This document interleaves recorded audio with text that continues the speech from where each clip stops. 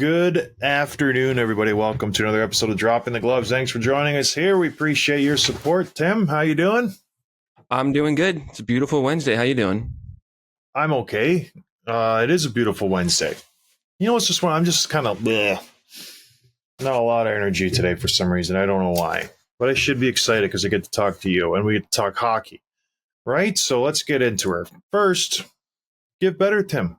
Fantastic. We got another chance tonight to win some Do-Re-Mi. I can't quite seem to get that win, so we got a big one tonight. Edmonton, Boston. Two teams going in the same direction lately. Edmonton winning, Boston winning, unfortunately. But yeah, go to givebettor.app/DTG. Make your picks for tonight's game. Tim's going to do it. I'm going to do it. And guess what? It's absolutely free for all our friends who listen to this show. If you use the promo code that I just said or use the link givebettor.app/DTG, you get 5 out of 5 picks right. You win $100 free. And this is up, you guys, in 8 days. So the clock is ticking. Get on it. Download the app, win yourself some money. And yeah, they're rolling out the hockey games every night now, so it's a lot of fun. They did the football, they did the basketball, now they're having hockey, and it's a lot of fun. So go check it out, have some fun, win some money, make some friends. All right, moving on, Tim. We had a potential goal of the year last night. A fantastic goal by Quinton Byfield, a player who largely up until this season hadn't lived up to his billing, second overall pick a few years back, having a breakout year this season, really coming into his own. Big body. I think he's like, 6'4", I want to say, a skill centerman, able to just kind of, is he even a center? I don't want to misspeak and get in trouble. Because I think he's played both, yeah. He plays Center both, and but maybe he's playing wing this season because they have Dubois, they have Kopitar. I don't exactly follow the Kings too closely these days, just because the West Coast time frame.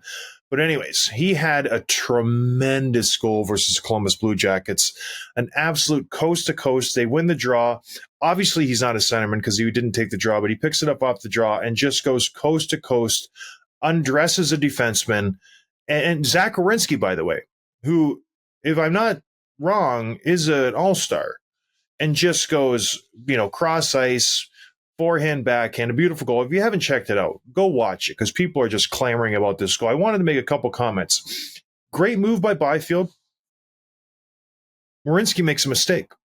If you show the goal, he's with him the whole way. He switches to, skating forward out of the zone because Byfield's just flying.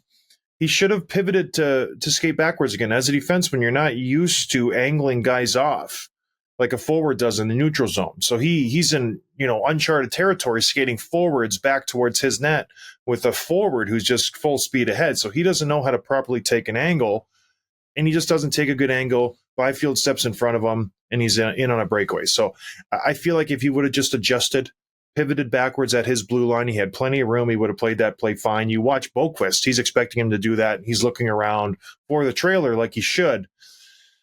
And he just, Byfield scores a beautiful goal. So props to him. Quinton Byfield having a breakout season. Finally. Good for him. Good for the LA Kings.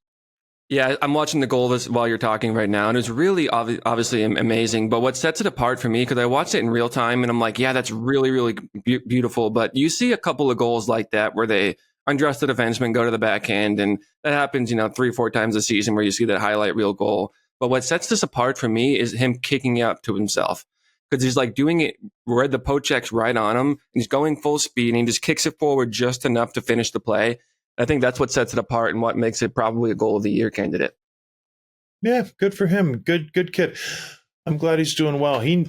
LA needs him to be a star, much like the Rangers need Lafreniere and Capo Caco. Like, these young guys need to step it up for LA and New York specifically to have any chance in the postseason and in years moving forward, because the future, man, 6'4", can skate like that. That's scary. So moving on, Tim, what are we talking about next? There were some crazy games on Monday night, like absolutely bonkers. It was President's Day, for those of you who don't know. Another made-up dumb holiday, right? Can we just address this? It's just no point in having a President's Day. I don't understand it. Half the country hates the president anyways. So to have a holiday was just strange. So what was good was it games in the afternoon. A lot of fun. And Tim, the players playing in those games just completely forgot how to play defense. It was just run and gun, up and down the ice. You check the box score at the end of the day, and you were just shocked. Like, is this a football game? Let's start with Boston, Dallas, your favorite. You were licking your chops in this game. Well, earlier this week, I said Boston would get 3 points the rest of this month. They've already gotten 2. So I'm a little nervous based on my prediction. They haven't hit 3 yet, so I have some room. But what happened, Tim? Boston, Dallas, big game for the Bruins.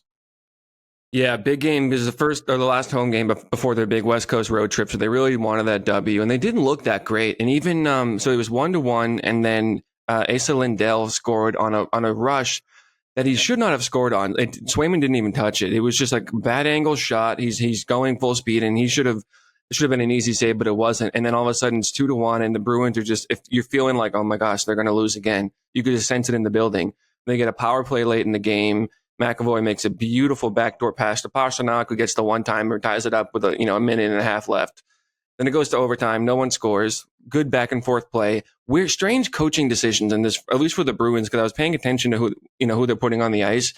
I don't know what, if guys are hurt or what, but like, what is Jesper Boquist doing in a 3-on-3 overtime in a 5-minute? You know what I mean? And some of the other players they were putting out there, but that no one scored in overtime. They go to the shootout. It goes 9 rounds.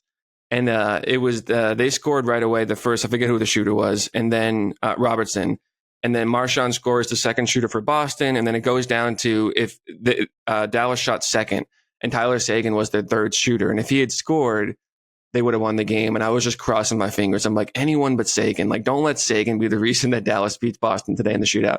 He doesn't score. They keep going. Again, some strange choices where they went with Jesper Boquist again in the shootout. Kevin Shattenkirk went in the shootout, all before McAvoy, which you think would be like after the star forwards, he's a 5th or 6th guy up there. He was number 9. Finally, he scored on the same play that Robertson scored. Fakes the forehand, goes to the backhand, roofs it, and Swayman makes a beautiful stop on Craig Smith. Weird play. It kind of bounces behind him, just sort of jets on the line and doesn't cross, and Bruins get the win, which they needed. Like you said, 2 points that I think I had them for 5 points out of the 12 for the rest of the month. So they were looking pretty good, and now they're hitting Edmonton tonight. But much needed win for the Bees. So Jesper Boquist, is he their defensive specialist? Because it is a strange thing for him to get the start in overtime. It's a reactionary pick because Dallas gets the first line change, right? Because they're on the road. So they probably put out their top guns. And maybe the Bruins coach just went in there and just played safe in the first shift or the second shift.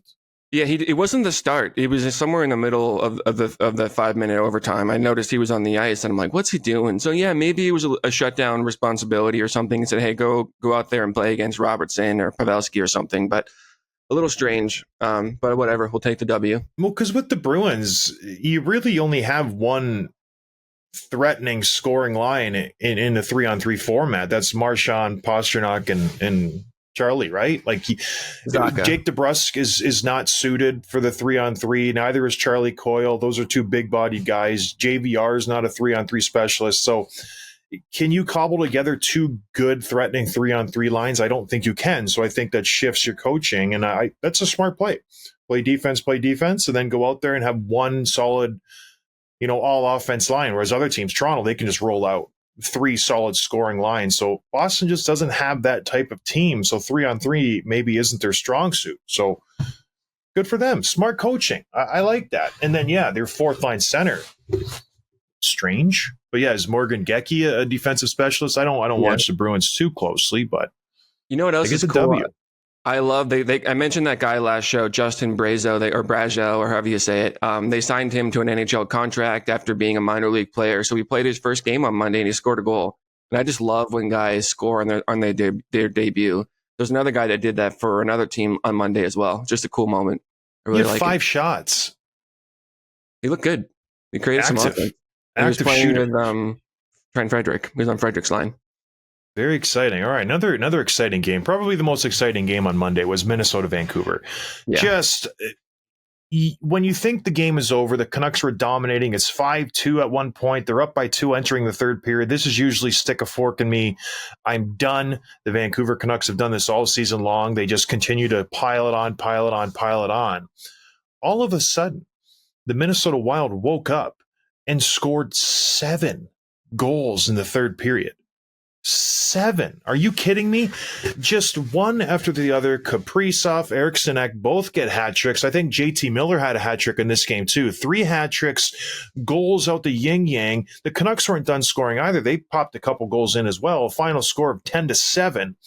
An absolutely bonkers game. 6 points each for Kaprizov and Eriksson Ek.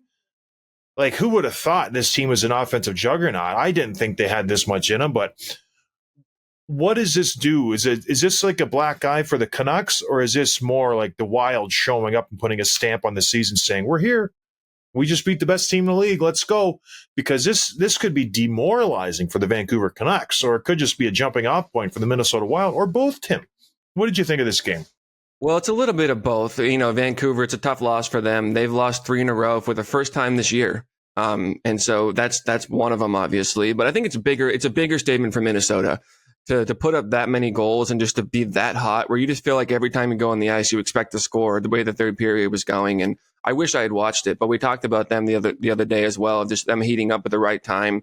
It feels weird to talk about how hot they are because they lost last night to Winnipeg, but still 6-3-1 in their last 10. They're looking really good. They're still on the outside looking in when you look at the playoffs, but I have a feeling that they're going to keep winning and they'll sneak into that second wild card spot. And that's you still are confident, really? Yeah. Well, yeah, and that's. I don't want to say that, like, they could upset some of these juggernauts up front, but I also don't think there'll be an easy out in the first round the way they keep playing.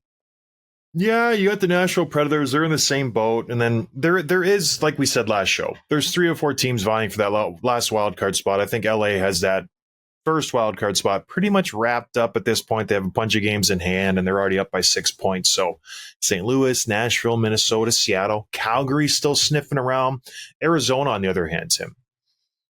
Woof. They just lost their 10th straight game the other night versus Edmonton Oilers. And can we just get this on the table right now? I watched part of that game. It was embarrassing. If you're an Arizona Coyotes fan, or just anybody associated with the team. And I used to play in Arizona, so I used to get a sense of this when other team would come in and you would hear the cheers from the other team. It was embarrassing when you're sitting in a 20,000-seat arena. In a 5,000-seat arena, if you can't find 3,500 fans from Arizona to come to every game consistently, that's bad.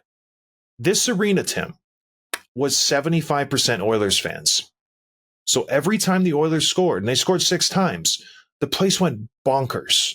Absolutely wild. Every time Arizona scored, there was a, yeah. And then the Oilers would score, yeah, like a raucous roar. That in itself is embarrassing. And then the other point is Arizona's now lost 10 games in a row.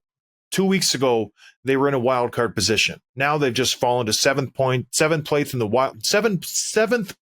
wild card. They're 3 spots out of the last place in the Western Conference. So the wheels have come off the Arizona Coyotes. This is drastically altered how they're going to approach free agency and the wild card. Excuse me, the trade deadline. I'm all fired up here, Tim. I got to take a breath. This changes how they're approaching the trade deadline in a week and a half, because they potentially could have been buyers. Now they're sellers. They had a good season. They had a good run the first 45 games of the season. Now it's back to reality.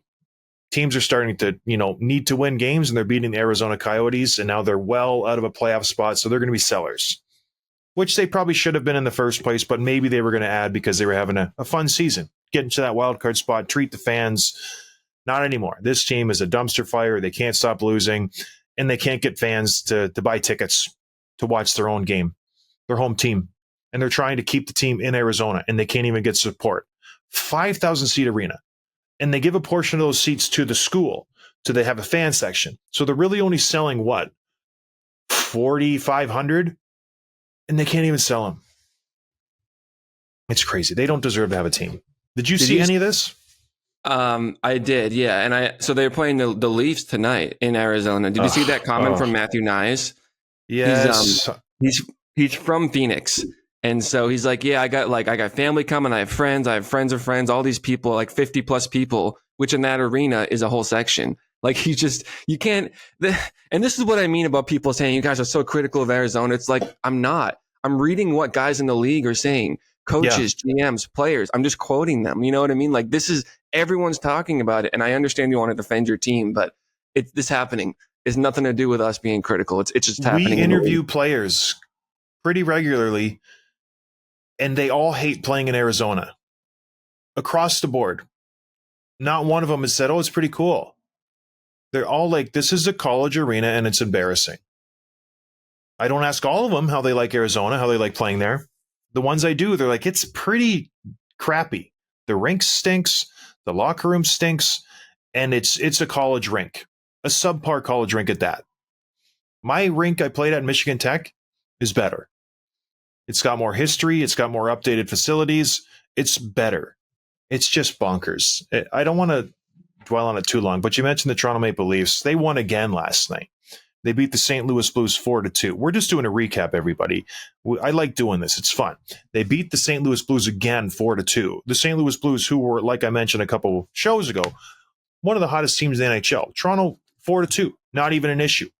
Since Morgan Rielly has been suspended, they've 4-0. A very crucial point in this season. They were teetering on the wild card position. Now they haven't solidified their spot in the top three. They're still, wrestling with Tampa Bay, but they've distanced themselves from the wild card. They're solidly in a playoff position right now. They can look forward. They don't have to worry about being on the bubble again. But this is, in my opinion, Tim, this was a huge 5 games for them. And they have passed every single test with flying colors. Austin Matthews has picked his game up. Obviously, he's scored again. He's got 49 now, on pace for 75. The greatest goal scorer in the NHL right now over the last however many years, 3-4 years. Not a question. If he gets 75, I will put it up there with Wayne Gretzky's 100 whatever goals he gets, because it's so much harder to score in today's game than it was back in the 80s and 90s. All that aside, the Toronto Maple Leafs, this is a good side for them.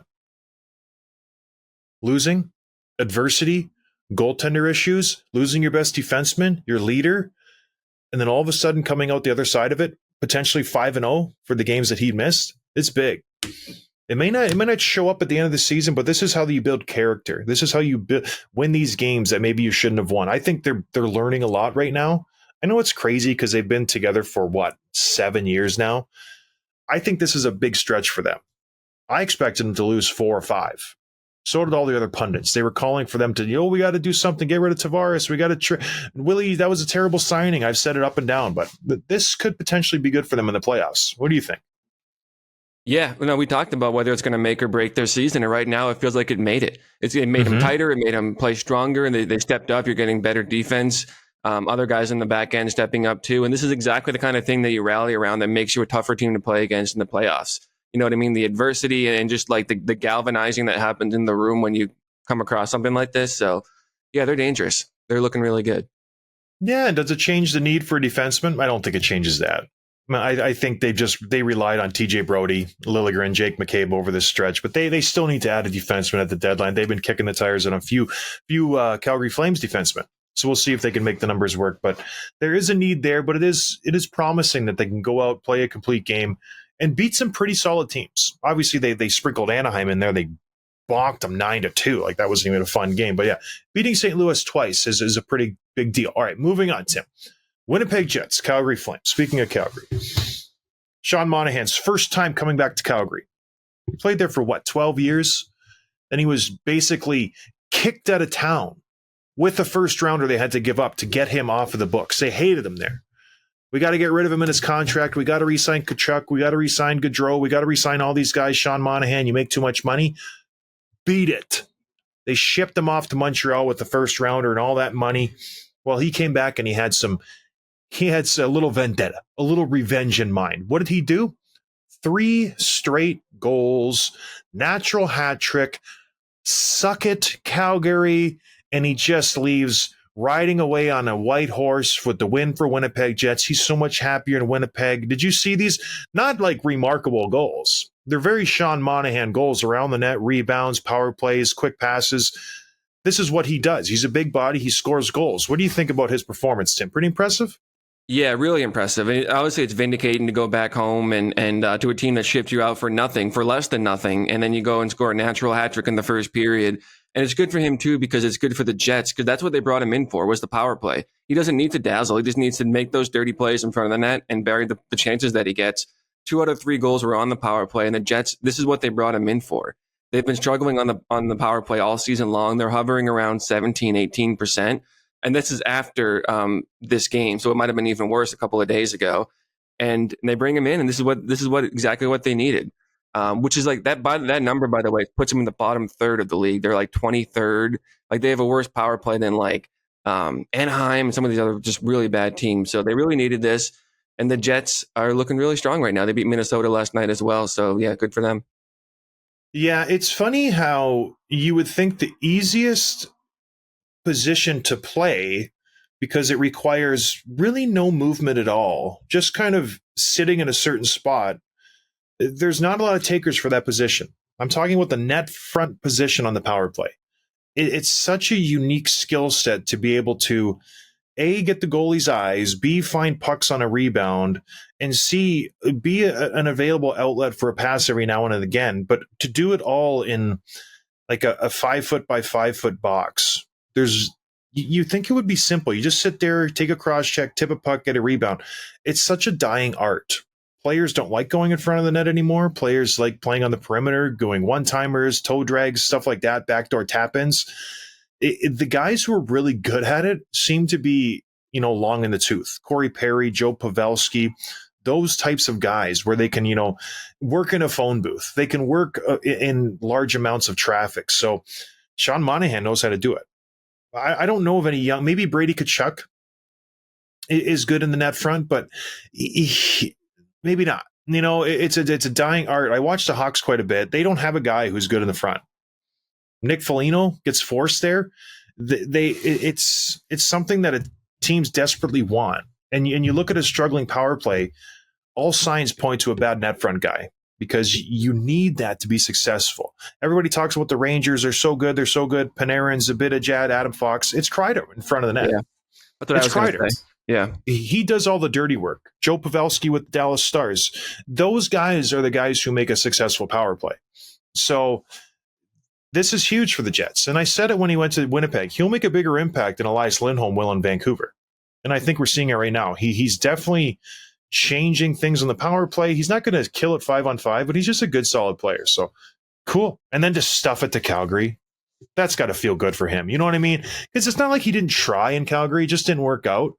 To go back and get a freaking natural hat trick in the first period. Oh, Tim, what a dream.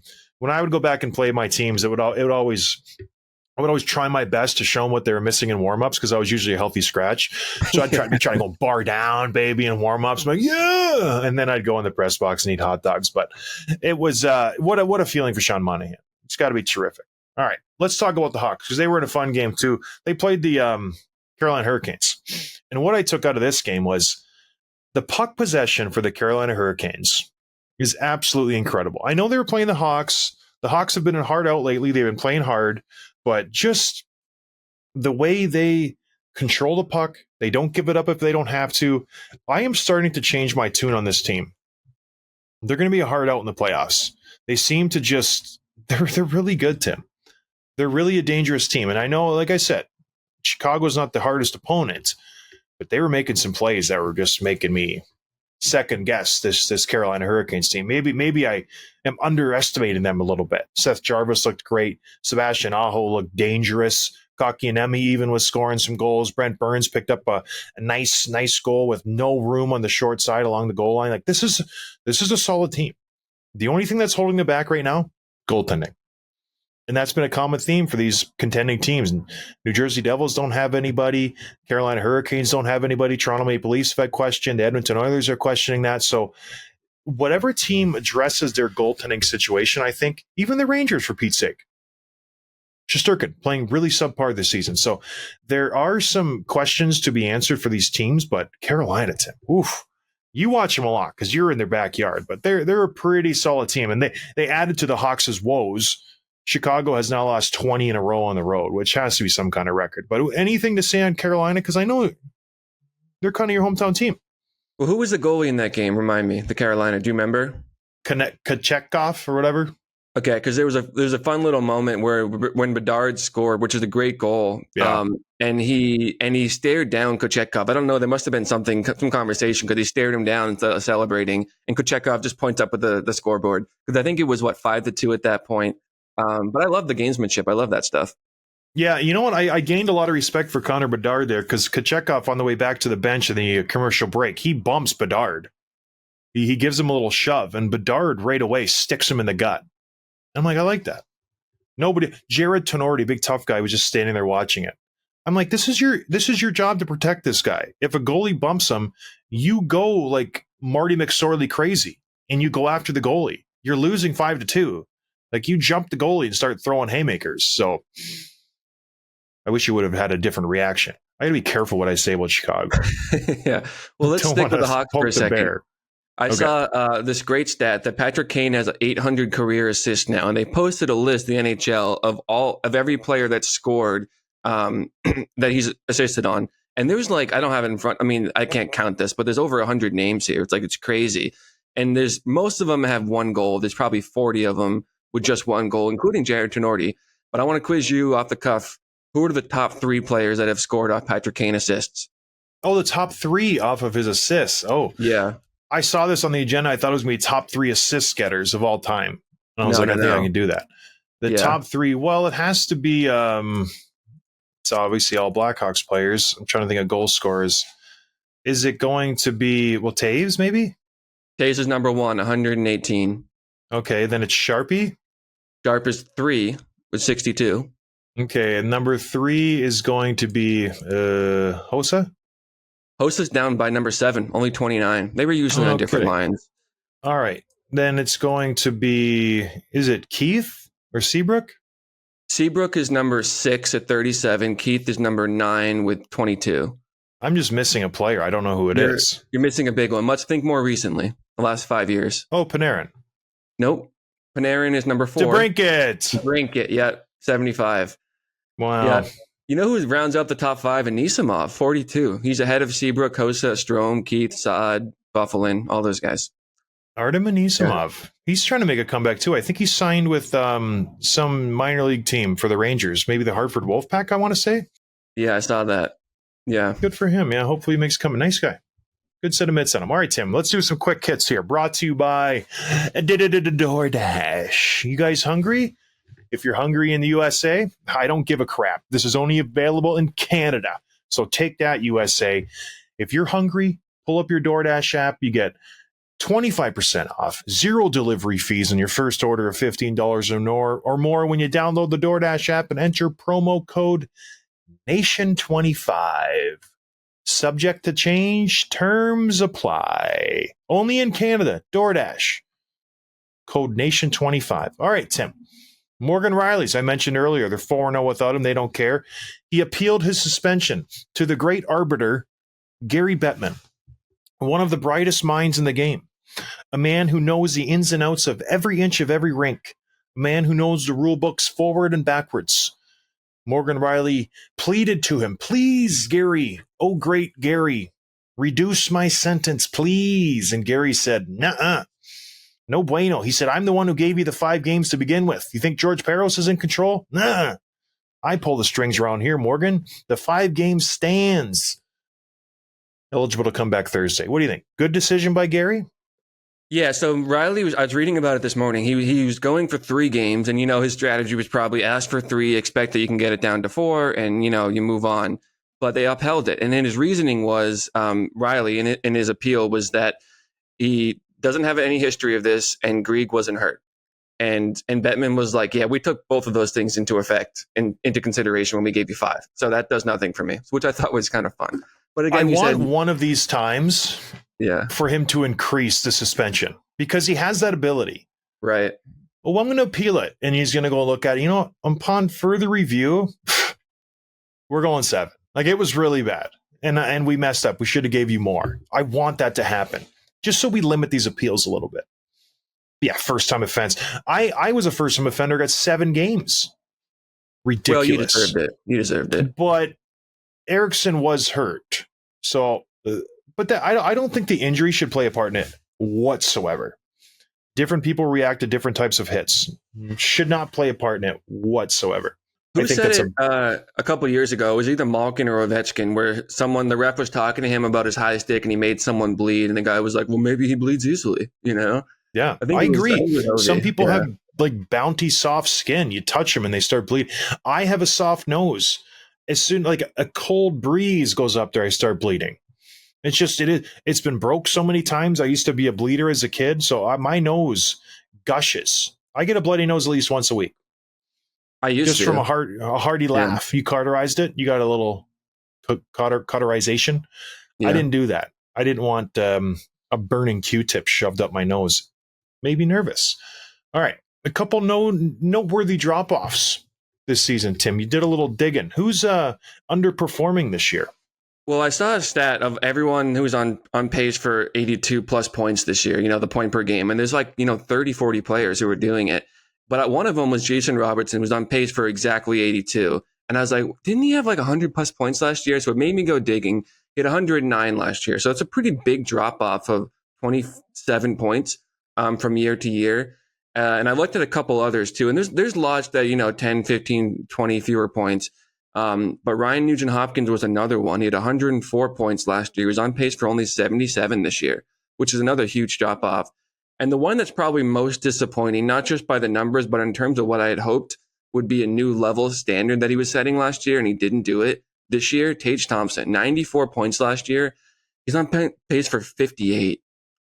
58, John. That's because I asked you this straight out last year. I'm like, okay, 94 points, 47, I think he had goals. Yep. I said, is this the new standard? Has he arrived as a superstar? And he said, yeah, this is who he needs to be from now on. And this is 58 points is no good. Maybe he heats up. We're talking about his 82 game pace, but it's not looking good for him. No, and what's more disappointing here is he's not the head guy in Buffalo anymore. Unfortunately, he has kind of ceded that position to, strangely enough, Casey Middlestead. He has come on, and now he is the go-to guy in Buffalo when they need a point in crunch time, because I don't know what's happened to Tage. I know he was injured. He came back. He's played 45 games this year, so the lion's share of the games, but it's just not happening. He had a pretty charmed year last year. Everything seemed to be fine in the back of the net. He was clipping along at a pretty good pace, but his is the most disappointing because you could sense the potential there.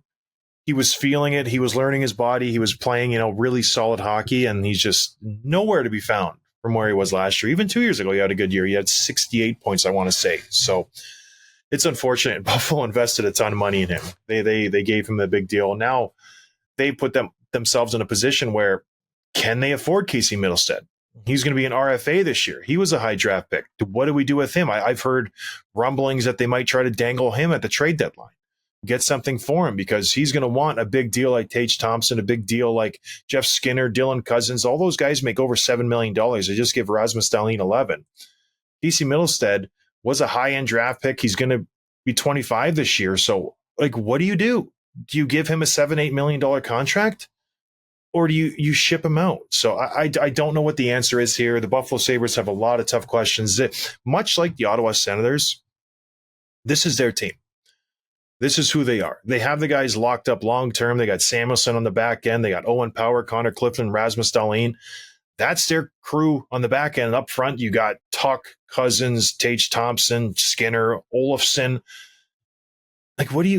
I don't know. It's a tough position for a GM to be in. You expect this team to take the next step, and they take a step back, unfortunately. So Kevin Adams is going to have a lot of work to do at the deadline in this offseason to try to figure out where this team's go. Maybe Tage was upset they re-signed Kyle Okposo.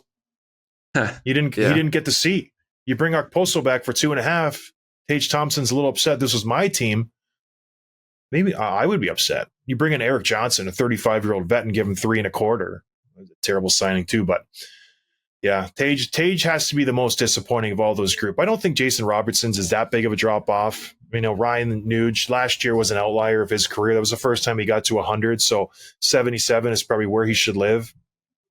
Tage is disappointing. I expected him to ascend, not descend on the point standing. So what are you going to do? Hopefully you can find his way, but I'm off the Tage bandwagon.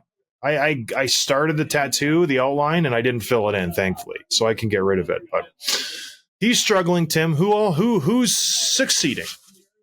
Well, Nathan McKinnon, his point streak now at home games is 27 games, which is just ludicrous. But this actually ties into my next little question here. I threw this up on social media. There's like a trend to like put up 4 options, and people do it with like candy bars or chips or bands or whatever to say one of them's got to go. Pick the odd man out. And I threw up McDavid, Matthews, McKinnon, and Kucherov. And on Instagram, I put up the poll. You can do a poll now, and we have over 6,000 responses. 6,000 people voted in this poll.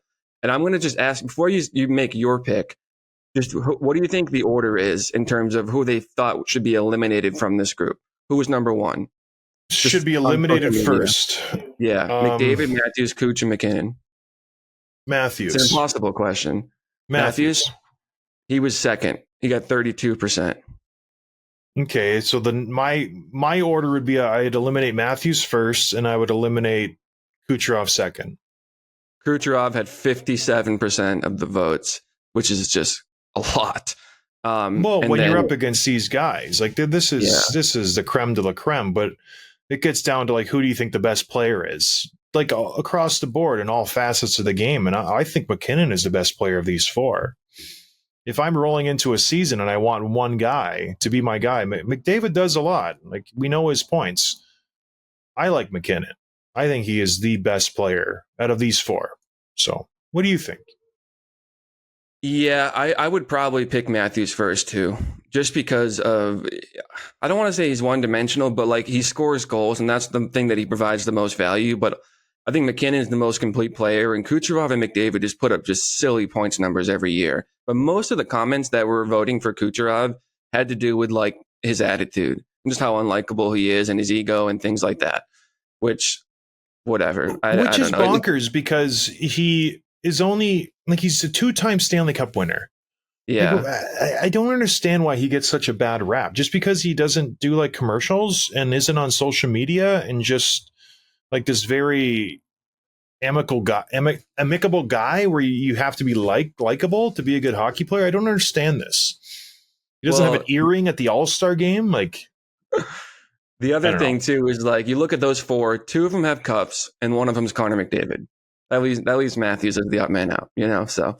But I mean, they're all phenomenal. It's hard to pick one. They are, but the question is, which one don't you want? And I think it's a pretty obvious choice. Matthews is one. Pretty, like, when it comes down to skill, McDavid is better. I think Kucherov is better all around, and I think McKinnon is better all around. Matthews scores goals. That's what he does. I don't know. People are just I agree with you. They're very opinionated, and they're stuck in their ways. So moving on. All right, Tim, what do we got? We got some we have some merchandise potentially coming out. Little announcement. It is coming out. We're partnering with Everything Hockey. Great apparel brand. They have the famous hockey lace hoodies in all kinds of colors, and we have some merch coming out within the next week. It's going to be quick. So I will share more information on social. We'll give you the links. We'll give you maybe we'll do some discount codes or something. So stay tuned for that. And no, we're not doing discount codes.